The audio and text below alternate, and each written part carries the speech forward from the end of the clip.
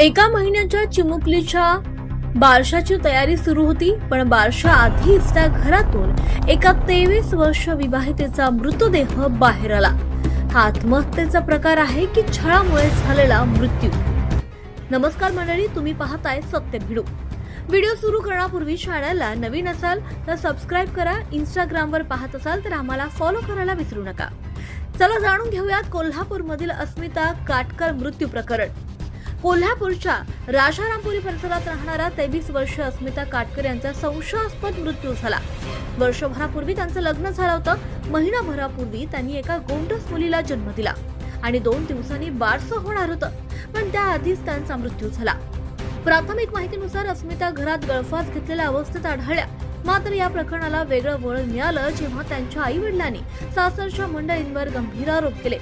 तक्रारीनुसार लग्नानंतर पासून पैशांसाठी अस्मिताचा छळ केला जात होता. अनेक वेळा पैसे दिल्याचा आरोपही करण्यात आला. तसंच बारशासाठी तब्बल 52,000 रुपयांचा पाळणा मागवण्यात आल्याचाही दावा करण्यात आला. याशिवाय मुलगा होईल अशी अपेक्षा होती, मात्र मुलगी झाल्यानंतर अस्मिताचा मानसिक आणि शारीरिक छळ वाढल्याचा आरोप माहेशांनी केला.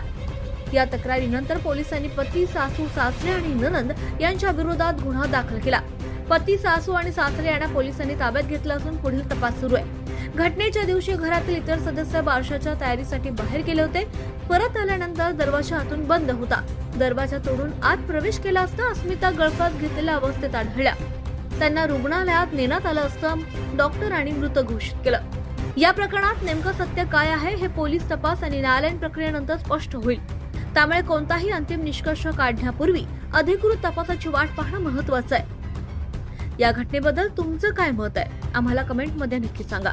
अशाच निर्भीड आणि विश्वासार्ह बातम्यांसाठी सत्य भिडूला सबस्क्राईब करा.